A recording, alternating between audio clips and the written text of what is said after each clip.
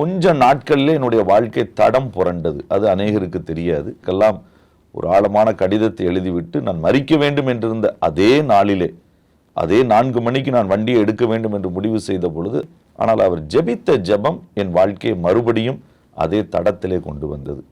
கோ என்று சொல்வதற்கு, சுவிசேஷத்தை அறிவிப்பதற்கு எல்லாரும் போங்கள், ஆனால் போவதற்கு மாற்றாக கொடுப்பதை நாம் எடுத்துக்கொள்ள முடியாது. வேதம் அப்படி சொல்லவும் இல்லை. It's a supplementation but not a substitution.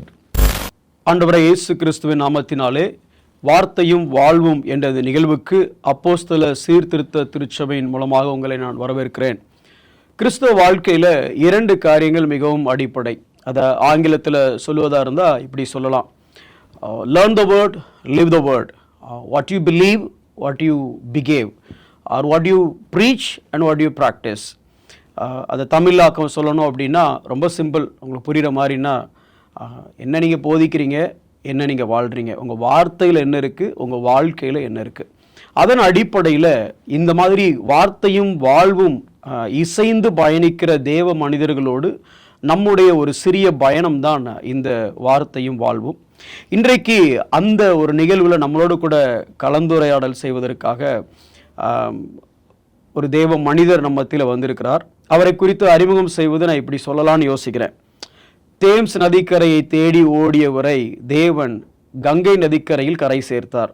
ஆம், நம்ம மத்தியிலே அன்பு அண்ணன் டாக்டர் அசோக் குமார் அவர்கள் வந்திருக்கிறாங்க. அவர்களை இந்த நிகழ்ச்சிக்கு வரவேற்பதில், அவர்களோடு கலந்துரையாடல் செய்வதில் நான் மிகவும் மகிழ்ச்சி அடைகிறேன். கர்த்தருக்கு மகிமை உண்டாவதாக. அண்ணே, வெல்கம் டு த ப்ரோக்ராம்ண்ணே. தேங்க்ஸ் ஃபார் கம்மிங்ண்ணே. தேங்க்யூ அண்ணே. நாங்கள் ஆரம்பிக்கிறதுக்கு முன்னே நான் இப்படி சொல்லலாம் அப்படின்னு யோசிக்கிறேன். Doctor of the body to doctor of the soul. அதாவது சரீரத்துக்கு வைத்தியம் பண்ண வேண்டிய நீங்கள் இன்றைக்கி சரீரத்துக்கும் ஆத்மாவுக்கும் வைத்தியம் பண்ணிகிட்டு இருக்கிறீங்க. அதுவும் பிரதானமாக ஆத்ம வைத்தியம் என்று சொல்லலாம். கொஞ்சம் உங்களை பற்றி நம்மளுடைய சகோதர சகோதரிகளுக்கு ஒரு அறிமுகம், அதே நேரம் நீங்கள் எப்படி இந்த ஊழியத்துக்கு வந்தீங்க அப்படின்னு சொல்லி நீங்கள் உங்களை அறிமுகப்படுத்திக் கொடுங்க. தொடர்ந்து நான் கேள்விகளை கேட்கிறேன். ஆண்டவராகிய இயேசு கிறிஸ்துவின் நாமத்திற்கு மகிமை உண்டாகட்டும். இந்த நீங்கள் கேட்ட கேள்வி என்னுடைய நினைவுகளையும் மறுபடியும் என்னுடைய சிறு வயதுக்கு கொண்டு போகிறது. திருநெல்வேலி மாவட்டத்தில் ஒரு சின்ன கிராமத்தில், சங்கரன் கோவில் தாலுகா பகுதியில் உள்ள ஒரு குக்கிராமத்தில் தான் என்னுடைய குடும்பம் இருந்தார்கள். அங்கு தான் பிறந்தேன். ஆரம்ப நாட்களிலே ஒரு வேளை எங்களுடைய குடும்பத்தினுடைய பின்னணி சொல்ல வேண்டும் என்றால், என்னுடைய அம்மா, என்னுடைய அப்பா 2 பேரும் அவருடைய கல்யாணம் நடந்ததே சங்கர நயினார் கோயில் என்று சொல்லப்படக்கூடிய மிக ஃபேமஸான அந்த கோயிலில் தான் நடந்தது. 2 குடும்பமும் இந்து பாரம்பரியத்திலே மிக வைராக்கியமான குடும்பங்கள். என்னுடைய அம்மாவனுடைய பக்கத்திலே அவர்கள் தர்மகர்த்தா என்று சொல்லப்படக்கூடிய கோவில்களை நிர்வகிக்கக்கூடிய ஒரு குடும்பத்தை சேர்ந்தவர்கள். இது ஒரு பக்கம். இன்னொரு பக்கம் பொருளாதார பின்னணியிலும் ஒரு விவசாய குடும்ப பின்னணியிலே சேர்ந்தவர்கள். என்னுடைய தாய்க்கும் தகப்பனுக்கும் அந்த நேரத்தில் தான் ஒரு ஆரம்ப பள்ளி ஆசிரியராக பணியாற்றக்கூடிய ஒரு வாய்ப்பு கிடைத்தது. என்னுடைய குடும்பத்திலே என் அண்ணனுக்கு பிறகு 2வதாய் நான் பிறந்தேன். ஆரம்ப நாட்களிலே CSI திருச்சபை நடத்தக்கூடிய அந்த ஆரம்ப பள்ளியிலே அரசாங்க உதவி பெறுகிற தமிழ் மீடியத்திலே படிக்கக்கூடிய ஒரு வாய்ப்பு தான் கிடைத்தது. அதற்கு பிறகு 5வது வகுப்பிற்கு பிறகு அந்த நாட்களிலே திருநெல்வேலி மாவட்டத்திலே கலவரம் அதிகமாக இருந்ததினாலே படிப்பதற்காக நான் அதிலே பாதிக்கப்படக்கூடாது என்பதற்காக என்னுடைய தந்தை என்னை மதுரையில் உள்ள ரோமன் கத்தோலிக்க சபையினால் நடத்தப்படக்கூடிய பள்ளிக்கூடங்களிலே சேர்த்தார்கள். அதற்கு பிறகு என்னுடைய வாழ்க்கை தொடங்கினது. கொஞ்சம் கொஞ்சமாய் ஆரம்ப நாட்களிலே நான் அதிகபட்சமாக ரோமன் கத்தோலிக்க போதனைகளினால் நான் வளர்க்கப்பட்டேன் என்று தான் சொல்ல வேண்டும். நிறைய புனிதர்கள் எனக்கு தெரியும், அங்கு சொல்லிக் கொடுக்கப்பட்ட ஒழுங்குமுறைகள் தெரியும். ஆனால் இயேசுவை சொந்த இரட்சகரான ஒரு அனுபவங்கள் எனக்கு கிடையாது. எப்போ இந்த சால்வேஷன் எக்ஸ்பீரியன்ஸ், அதாவது ஆண்டவரை தனிப்பட்ட ஆண்டவராகவும் இரட்சகராகவும் கண்டுகொண்ட பொழுது எப்போன்னு? இயேசு எனக்கு ரொம்ப பிடித்த ஒரு ஆண்டவர். ஏனென்று சொன்னால், அடிக்கடி நான் ரோமன் கத்தோலிக்க ஆலயங்களுக்கு போகும் பொழுதும் சரி, மற்ற இடங்களிலும் நான் ஜெபித்த ஜெபங்கள், அந்த நாளிலே எப்படி ஜெபித்தேன் என்று தெரியாது, ஆனால் எல்லாவற்றையும் என்னுடைய வாழ்க்கையில் நிறைவேறியதினாலே இயேசு என்னுடைய தேவைகளை சந்திக்கிறவர் என்பதுதான் எனக்கு தெரியும். ஆனால் கல்லூரிக்கு வந்த பிறகுதான், திருநெல்வேலி மருத்துவக் கல்லூரியில் நான் சேர்ந்த பிறகுதான், அங்கு இருந்த பாவமான வாழ்க்கை முறைகளுக்கு நான் அடிமைப்படுத்தப்பட்ட பொழுது அதில் இருந்து வெளியே வருவதற்கு நான் எவ்வளவோ முயற்சி செய்தேன். நான் ஒழுக்கமான மாணவன் என்பது அநேகருக்கு தெரியும். ஆனால் கொஞ்ச நாட்களிலே என்னுடைய வாழ்க்கை தடம் புரண்டது. அது அநேகருக்கு தெரியாது. அதிலே நான் முழுவதுமாய் மூழ்கி போன பொழுது வெளியே வர முயற்சி செய்து அதில் வெளியே வர முடியாததினாலே ஒரு ஆழமான தற்கொலை முயற்சிக்கு நான் முடிவு செய்தேன்.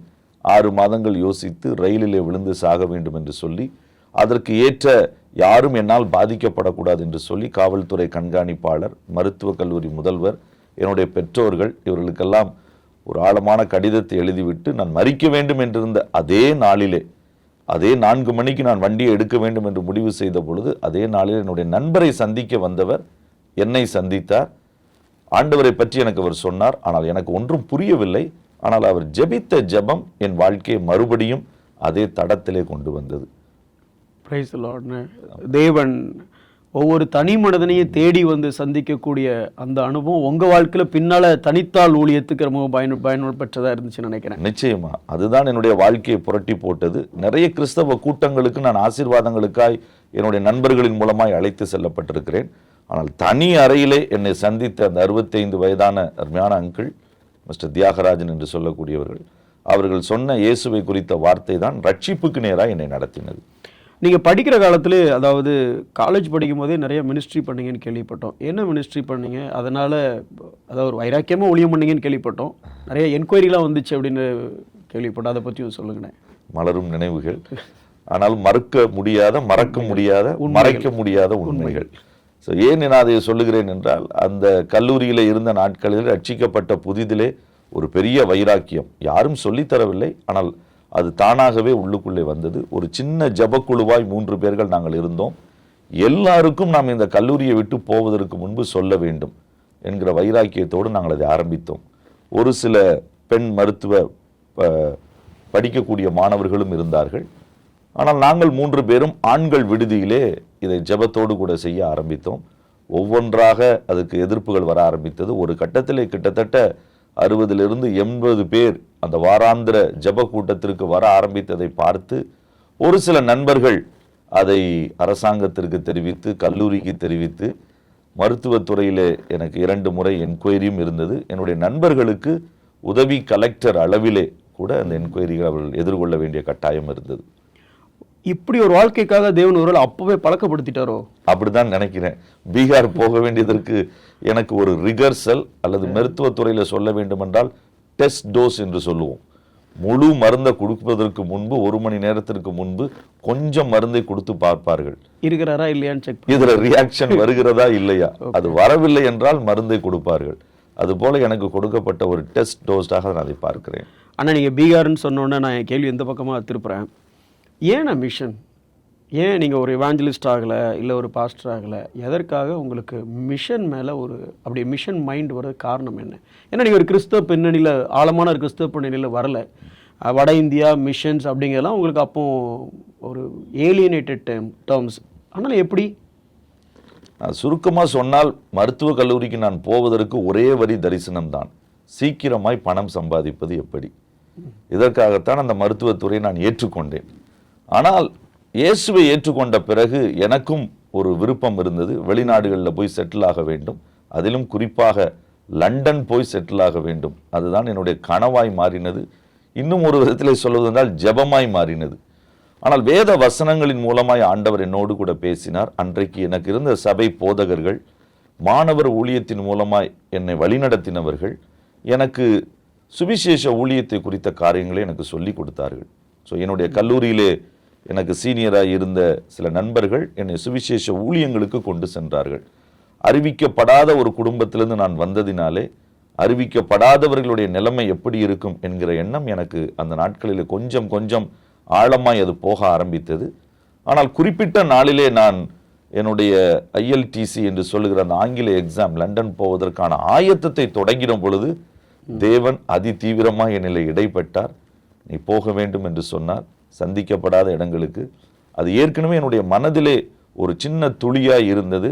ஆனால் ஆண்டவர் அதை ஒரு பெரிய இம்பேக்டாய் மாற்றினார். ஸோ இது பேசிக்காக உங்களோட சாய்ஸ் இல்லை, தேவன் போட்ட ஒரு பொறி. இது நிச்சயமாக தேவன் போட்ட. சரிண்ணே, பல வருடம் நீங்கள் மிஷன்லேயே ஒர்க் பண்ணதுனால சில கேள்விகள், மிஷன் குறித்து சில கேள்விகள், அது உங்களை கேள்வி கேட்கணும் அப்படிங்கிறதுக்காக இல்லை, எங்களை போன்ற பல பேருக்கு இது ஒரு நல்ல ஒரு புரிதலை கொடுக்கணும் அப்படிங்கிறதுக்காக. ஆனால் இப்போ மிஷன் ஃபீல்டில் நம்ம காஸ்பல் சொல்கிறோம். சொன்ன உடனேயே இப்போ பேசிக்காக நீங்கள் என்கிட்ட காஸ்பல் அப்படின்னு சொன்னீங்கன்னா நாங்கள் என்ன சொல்லுவோம் அப்படின்னா 5-fold காஸ்பல் அப்படின்னு சொல்லுவோம்.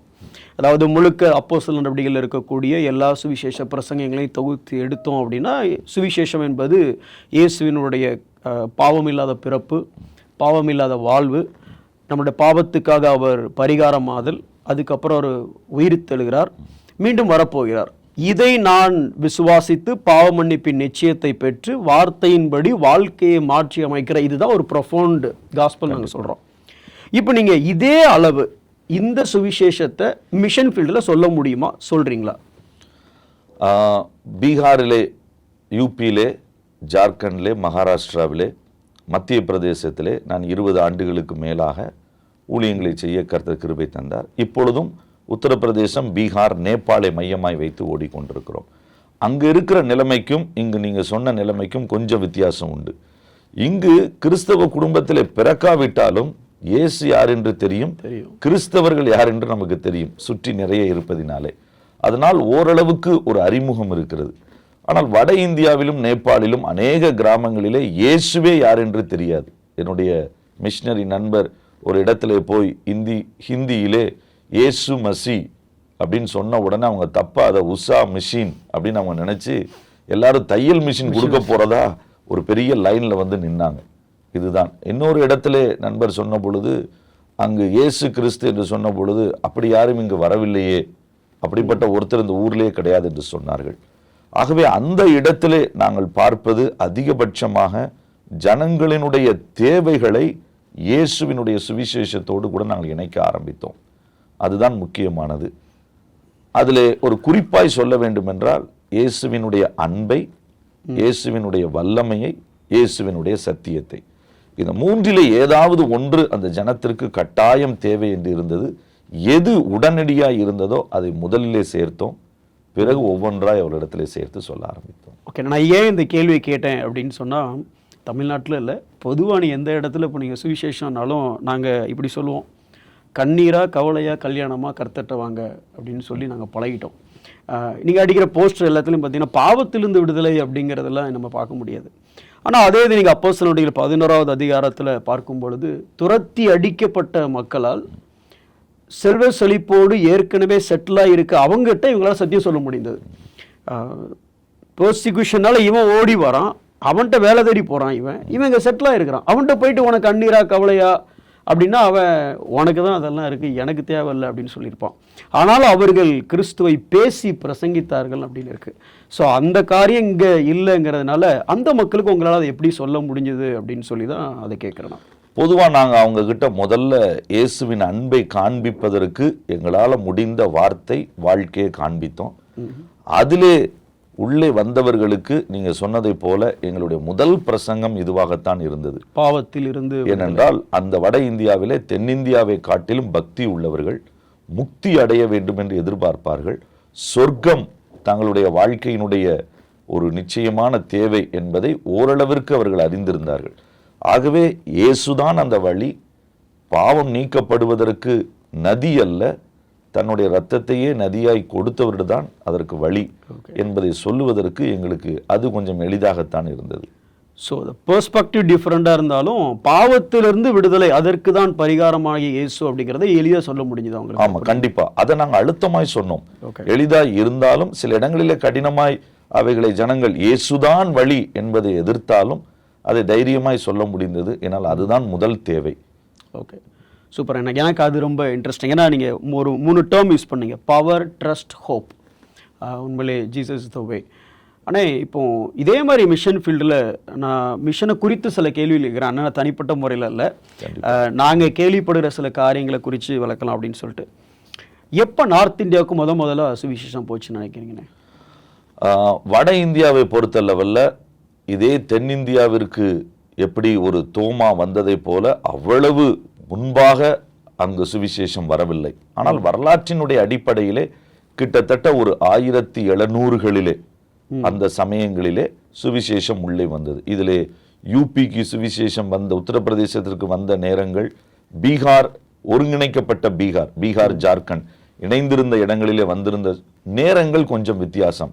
ஆனால் நாம் மொத்தமாக நாம் எடுத்துக்கொள்ளலாம், ஒரு 1700களிலே ஆரம்ப நாட்களிலே முதலாக ரோமன் கத்தோலிக்க பாதிரிகள் மூலமாக, லண்டன் மிஷன் சொசைட்டிஸின் மூலமாக, அந்த நாட்களிலே இருந்த ஆங்கிலிக்கன் மிஷனரிஸ் அவர்களுடைய இன்ஃப்ளூயன்ஸ் மூலமாக சில இடங்களிலே Baptist mission, Methodist missions, so LMS, CMS இவர்களின் மூலமாக சுவிசேஷங்கள் அங்கு வர ஆரம்பித்தது.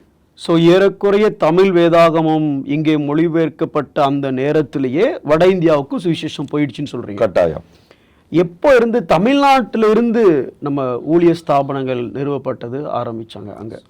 வட இந்தியாவினுடைய அந்த மிஷினரி சரித்திரத்தை நீங்கள் பார்த்தால், ஒருவேளை தெளிவாய் எழுதப்பட்ட மிஷினரி சரித்திரத்தினுடைய சுவடுகள் இல்லாவிட்டாலும் 1950களிலே பென்டிகாஸ்டல் ஹோலினஸ், இது ஏலிம் மிஷனரி சொசைட்டி, இவர்கள் 2 பேரும் எப்போ உள்ளே வந்தார்களோ அதற்கு பிறகு இதனுடைய வேகம் சூடு பிடித்தது. இவர்கள் வந்ததற்கு 2 முக்கியமான ரிவைவல் காரணமாக இருந்தது. அசூசி ஸ்ட்ரீட் ரிவைவல் மூலமாக அந்த பென்டிகாஸ்டல் ஹோலினஸ் டீம் உள்ளே வந்தார்கள். இங்கிலாந்திலிருந்து வேல்ஸ் ரிவைவல் மூலமாக ஏலிம் பென்டிகாஸ்டல் மிஷனை சேர்ந்தவர்கள் வந்தார்கள். இவர்கள் கொண்டு வந்த சுவிசேஷ தீ 1930லிருந்து 50களிலே வட இந்தியாவிலே, குறிப்பாக அன்றைக்கு இருந்த ஒன்றிணைந்த பீகாராக இருந்த ஜார்க்கண்டில், பீகாரில் இருக்கக்கூடிய முசஃபர்பூர், சப்ரா இந்த போன்ற பகுதிகளில் அதிகமாக இது வர ஆரம்பித்தது.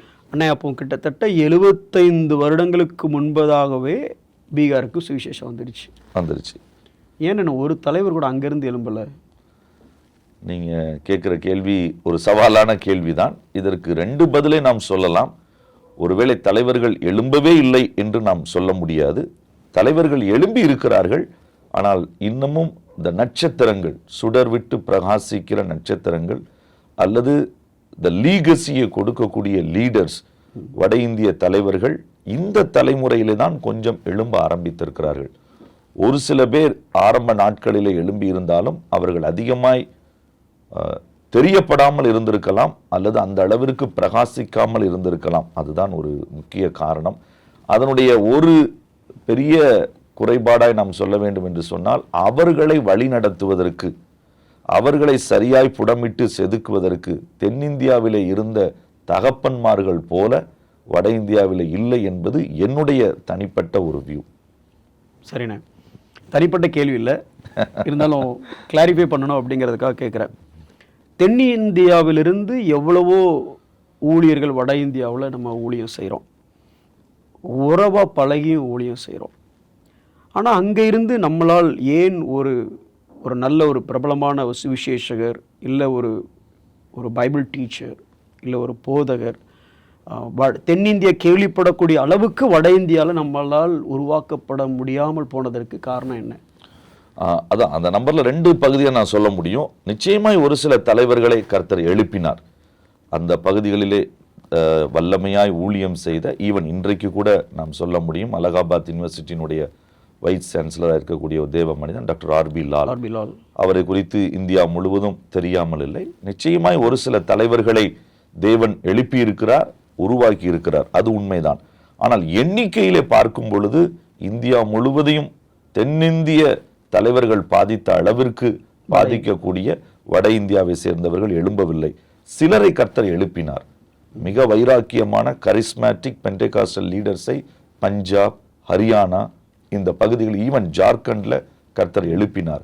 ஆனால் அவர்கள் ஒரு சிலர் தங்களுடைய மாரல் பாவங்களிலே அவர்கள் விழ வேண்டிய சூழ்நிலை வந்தது. ஒரு சிலர் தொடர்ச்சியாய் தங்களுடைய அர்ப்பணத்தை நிலைநிறுத்த முடியவில்லை. அதனுடைய குறைபாடாக அவர்கள் இருந்தார்கள். ஆனாலும் இன்றைக்கும் அது எங்களுக்கும் ஒரு பெரிய ஏக்கம், கேள்வி என்பதை விட எங்களுடைய ஏக்கம், எங்களுடைய தாகம் அவர்கள் எழும்ப வேண்டும் என்பதுதான்.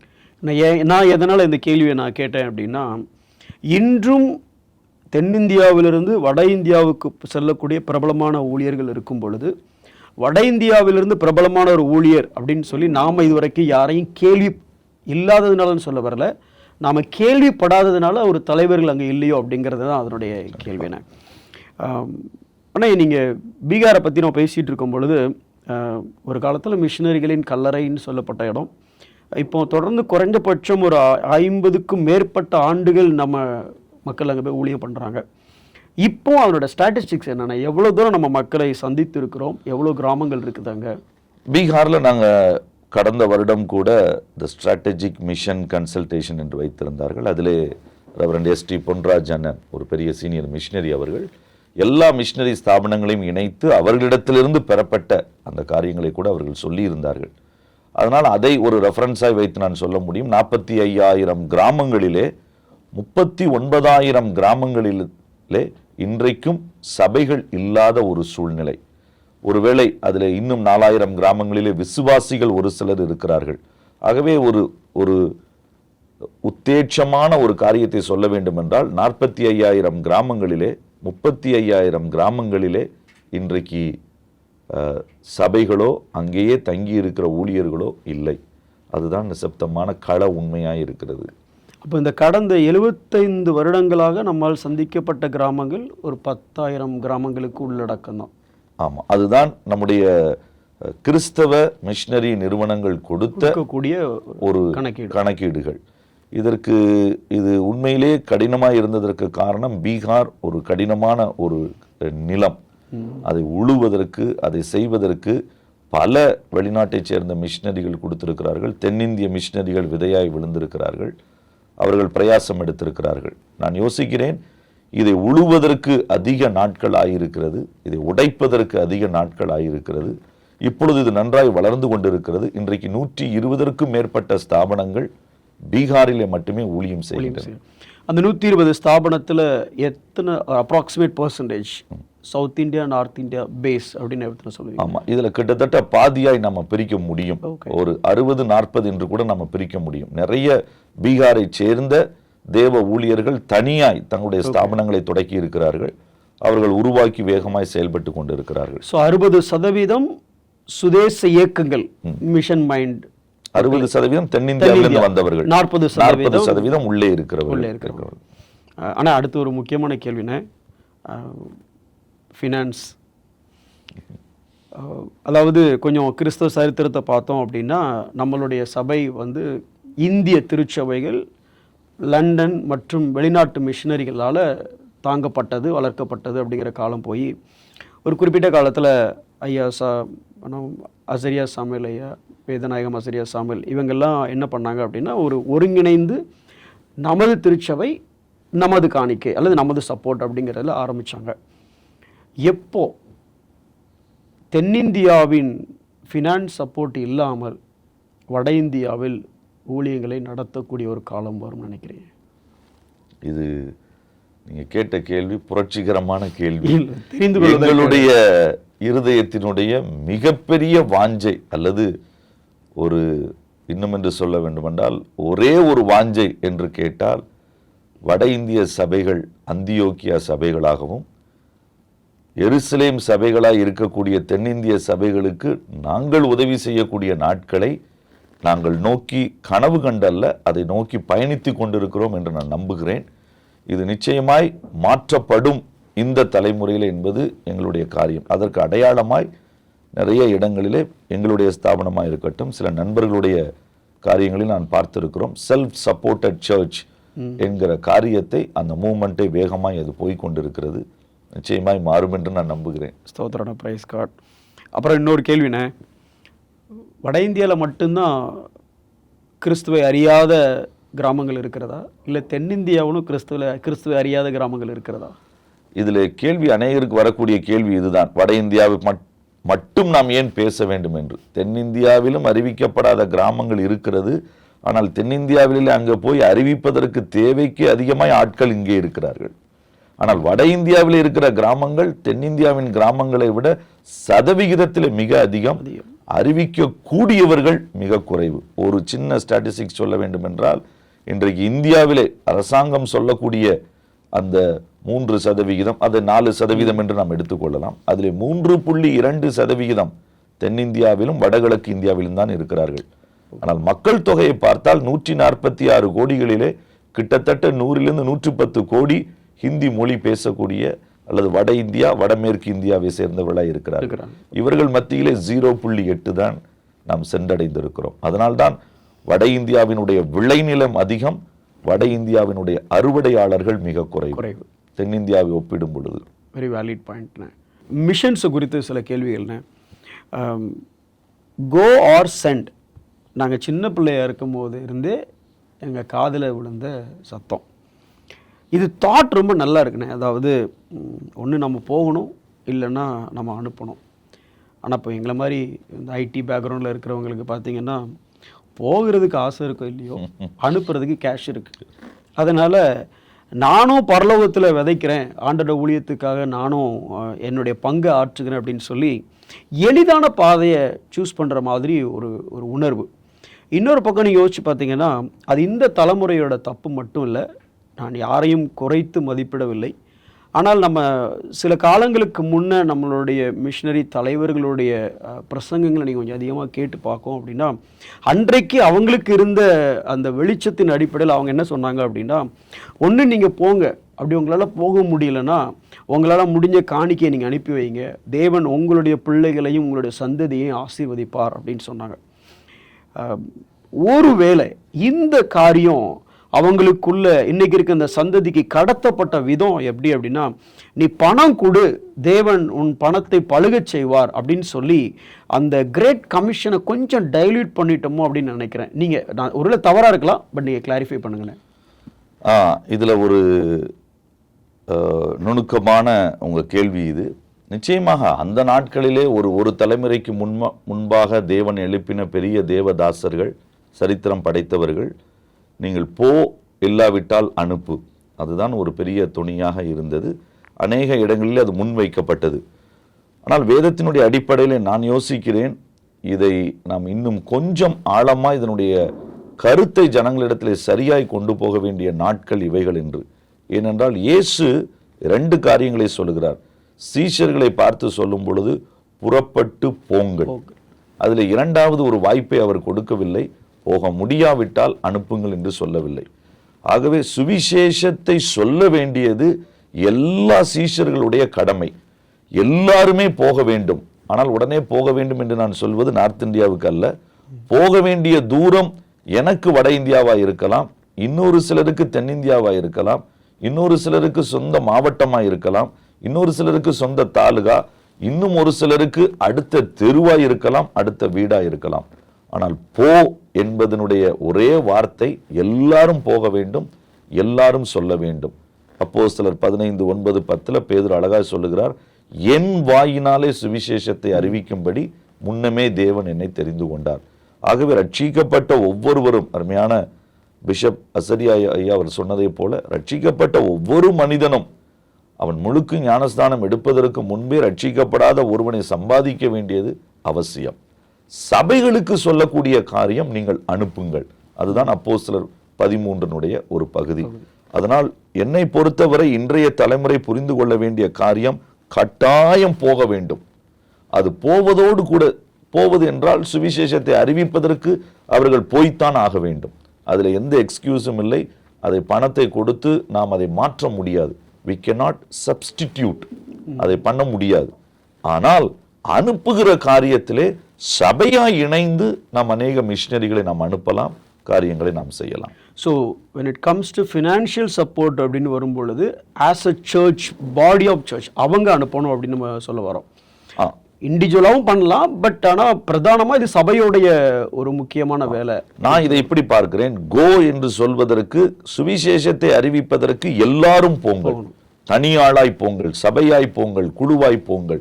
அனுப்பு என்று சொல்லும் பொழுது உங்களில் இருக்கக்கூடிய எவைகளெல்லாம் நீங்கள் மிஷன்ஸுக்கு, நீங்கள் சுவிசேஷத்தினுடைய பிரபல்யத்திற்கு நீங்கள் கொடுக்க வேண்டும் என்று இருக்கிறீர்களோ, ஆட்களையா, பணத்தையா, நேரத்தையா, தாளந்துகளையா, இவைகளெல்லாம் சேர்த்து நீங்கள் கொடுங்கள். ஆனால் போவதற்கு மாற்றாக கொடுப்பதை நாம் எடுத்துக்கொள்ள முடியாது. வேதம் அப்படி சொல்லவும் இல்லை. இது கண்டிப்பா சப்ஸ்டிட்யூட் இல்ல. It's a supplementation but not a substitution. Super. ஓகேண்ணே. முன்னால நான் கேள்விப்பட்டிருக்கேனே, அதாவது நம்மளுடைய 1980களில் ஒவ்வொரு வீட்டுக்கும் ஒரு ஆளை ஊழியத்துக்கு அனுப்புங்க. சில கிராமங்கள் எல்லாம் பார்த்தீங்க அப்படின்னா, ஒரு வீட்டில் பார்த்தீங்கன்னா ஏதாவது ஒருத்தர் ஊழியத்தில் இன்வால்வ் ஆகிருப்பாங்க. ஆனால் இப்போ காலகட்டம் வர வர இப்போ நம்ம எப்படி ஆயிட்டோம் அப்படின்னா, நம்ம காசு அனுப்புறதே ஒரு தியாகமாக செய்யக்கூடிய ஒரு காரியம் மாதிரி நம்ம பார்க்கணும். அதனால தான் நான் அந்த கேள்வியை நான் கேட்டேன். ஆனால் அடுத்து மிஷினரிஸோடைய தனிப்பட்ட வாழ்க்கை குறித்தான ஒரு மிஷினரிக்கு எவ்வளோனா சேலரி கொடுக்கலாம்னு நினைக்கிறீங்க? இது நான் பதில் சொல்வதற்கு ஒரு கடினமான கேள்வி. ஆனாலும் நான் தைரியமாக நான் சொல்லுகிறேன். ஒரு மிஷினரிக்கு நீங்கள் கேட்ட கேள்வி எவ்வளவு சேலரி கொடுக்கலாம்னு நினைக்கிறீங்க கொடுக்கலாம்? இந்தியாவில் சரி, சாதாரணமாக என்னுடைய தனிப்பட்ட கருத்து, நாங்கள் எங்களுடைய குழுவிலும் அதை பயன்படுத்துகிறோம். இன்றைய கால சூழ்நிலையிலே வட இந்தியாவை பொறுத்தளவை ஒரு குடும்பத்திலே குறைந்தது 3 அல்லது 4 பிள்ளைகள் இருப்பார்கள். நான் 22 வருஷத்திற்கு முன்னாடி போகும்போது 6 பிள்ளைகள் தாராளமாக இருப்பார்கள்.